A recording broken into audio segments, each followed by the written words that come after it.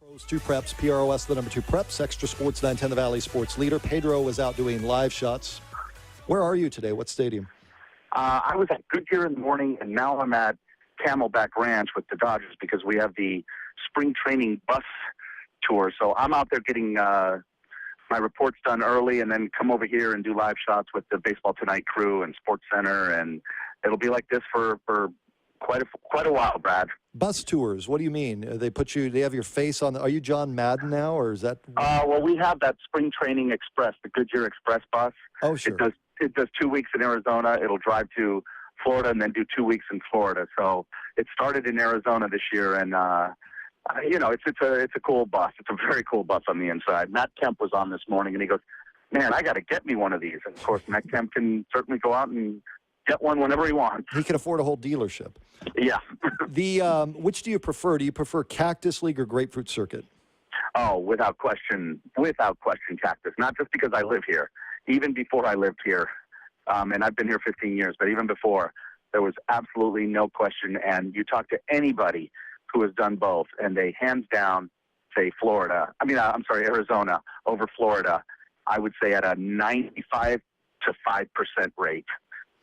So let's just go through some of this stuff. Pedro Gomez with us for a couple of minutes. The storylines for spring training, there's always a plethora of them, but this year it feels like there's much bigger storylines. Let's start with A-Rod being – will we ever see Alex Rodriguez on the field again for the Yankees?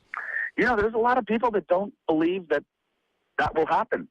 And certainly with everything that has occurred to him during his career, and it just – the part that is mind-boggling to so many people is the recurring theme, how it keeps coming back to these off-the-field issues that really, really wreak havoc on his career. And you would think at an advanced age, I think he's 37 now, that, you'd mature a little and maybe not put yourself in these predicaments or situations. But, boy, they seem to keep happening to him over and over. And in terms of the Yankees, there's 5 years left on that contract. Right. But if you were to look at one organization, maybe in all of professional sports, that could absorb a hit like that, certainly you'd have to put the Yankees on that short list. Would they want him to go away? I mean, I think Yankee fans would want him to go away at this point. That seems to be the overwhelming belief.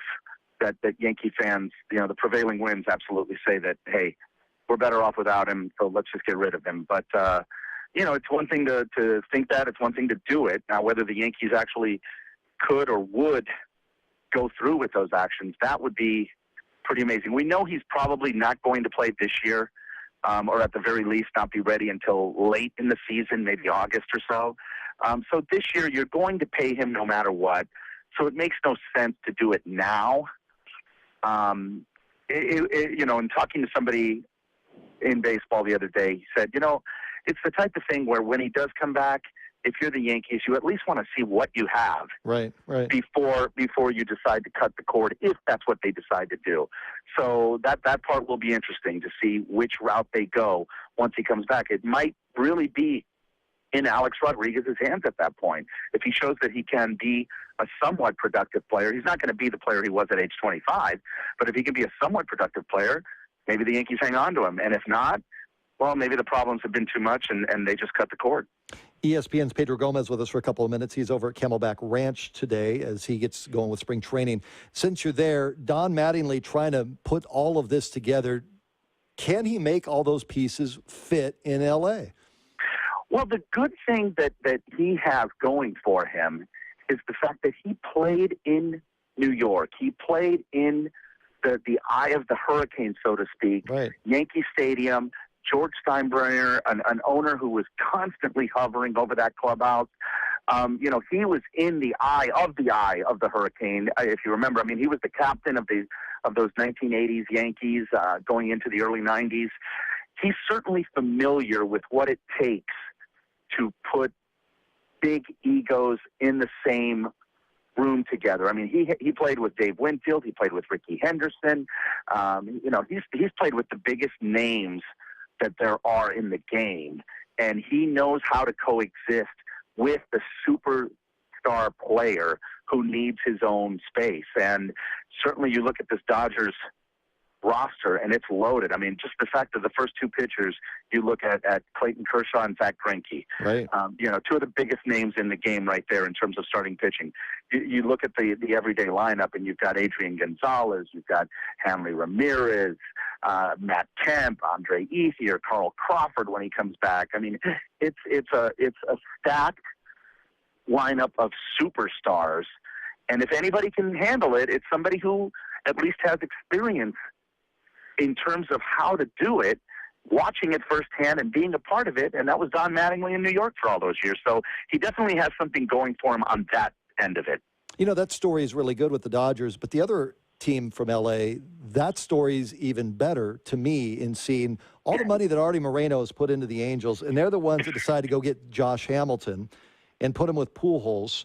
And you've got Jared Weaver and you've got C.J. Wilson. Their pitching let them down last season, but you look at the Angels' story, I think that one is even a little bit more intriguing. They're kind of in the shadow of the Dodgers here in spring training out here in the Cactus League.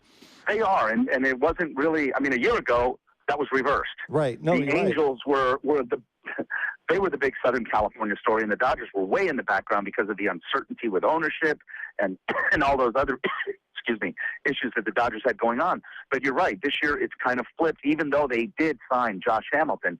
But because of the trade the Dodgers made last year, because of their ability to get Zach Greinke over the winter, they've kind of they've retaken that LA basin over, and the Angels could very well quietly come in and kind of just say, you know what, yeah, we're not the big story, and just go out and play ball, which is really what a lot of clubs like to do more than anything.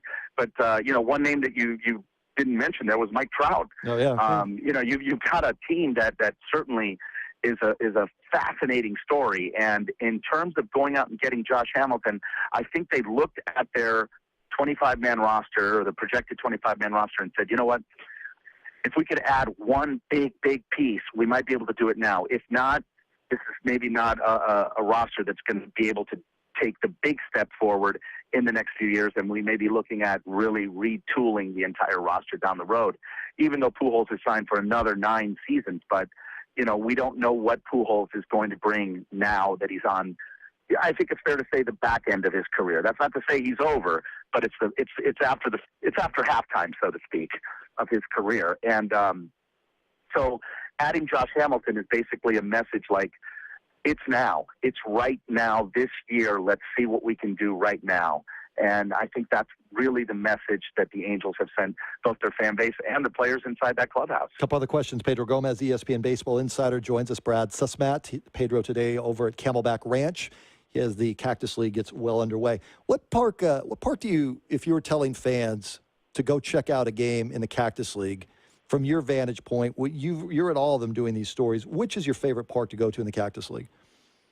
It's the newest one. It's Salt River, because they absolutely did their homework. They looked at every conceivable positive from every other Cactus League stadium, incorporated it into theirs, and then went out and even went above. Here's the part that impresses me the most about Salt River is you could be sitting almost anywhere in the seats, not in the outfield area, but in the seating, and you're almost always in shade, no matter what. Now, I don't know how they did that, but my God, it is an amazing feat to think of that you can go to a game in the middle of March, when the temperatures are starting to get a little toasty and the sun's a little hot, and you're very, very comfortable, very comfortable. So from a fan standpoint, I think Salt River, they just, they had the benefit of being able to do it last, and the last one should be the best one. So they certainly did a great job there in that sense. I still have a soft spot for Phoenix Muni, only because it's one of the old-time, Cactus League stadiums. It's even though it's been renovated, you can go there and see what the Cactus League was like in the 60s, and that to me is always a big plus. Back to Salt River Fields, do you like what the Diamondbacks have done here in the offseason? I'm not a big believer that you trade a guy like a Justin Upton. So I've always been a Justin Upton fan, but they're on the inside. They have much more information than I do. I'm concerned about this Gregorius injury today. I mean, Well, that's certainly not good. I mean, an elbow injury to a pitcher, that's not uncommon by any means. shortstop. Shortstop, I'm sorry, the kid from the Indians. Yeah, the yeah, kid yeah. from the Indians. But, the Drupal Cabrera heir apparent. But, you get any elbow injury to a player that has to throw the ball over and over and over. And that's certainly, that's alarming. But when you think about, and Alan Trammell can certainly go through this because Alan Trammell had labrum issues when he was at shortstop, so he might be the perfect guy to be able to talk to Gregorius and explain to him, hey, you might have to alter your mechanics a little bit to get through this, but you can get through it. And Trammell, I know, had huge labrum issues during his career in Detroit and was able to overcome them and be still a very, very productive shortstop. So good guy to have on the staff in order to speak to Gregorius. That's an interesting point. That's a good point there. Before I let you go, will the Upton brothers make each other better? How do you think this plays in Atlanta? I think it'll play very well. I do. I think not just because they're together, but they've got Jason Hayward out there. They've got. I mean, when you think about the outfield that Atlanta has put together with Hayward, Upton, and that is an impressive outfield, offensively and defensively. I know that BJ is not the offensive player that his brother is or that Hayward is, but BJ is no, he's not an out by any means. He's not somebody who is an automatic out. So I like what the Braves have done. Again, I think acquiring Justin Upton is a phenomenal move for them. Martin Prado, certainly a very, very solid player. But in terms of potential, and I know that we use the word potential a lot with Justin Upton over the years here living in the Valley, but, he's not even, I think he's 26 now, 25 or 26. It's just hard to fathom how you trade somebody who is not even, the prime years in baseball are considered 27 to 32. It could be a trade that the Diamondbacks might regret at some point. Or at least their fans. Well, I think the fans right now aren't happy with it. And this is one of those deals that's going to, how fans are here. They're not patient here. And this is one of those where you have to be patient. You've got to give it a couple of years. But my initial thoughts are, boy, I don't think they got enough in return. I would have liked the Mariners package better than what they got from Atlanta, but, we'll see. I think the Diamondbacks would have liked that package better, too. But, of course, you know what? When you give a player a no-trade option to certain clubs, you're living with that. You're living with it. Right. That's why, the player negotiated it, but he didn't negotiate it on his own. Somebody gave it to him. So somebody in the Diamondbacks organization, and that's certainly, it wasn't Kevin Towers, but Ken Kendrick was the owner when that contract was signed. So they gave him that option of being able to veto a trade to certain teams, and you got to live with that when you give it. I'll see you down the road. Appreciate the time as always. Thanks. Okay. All right, Brad. Pedro Gomez.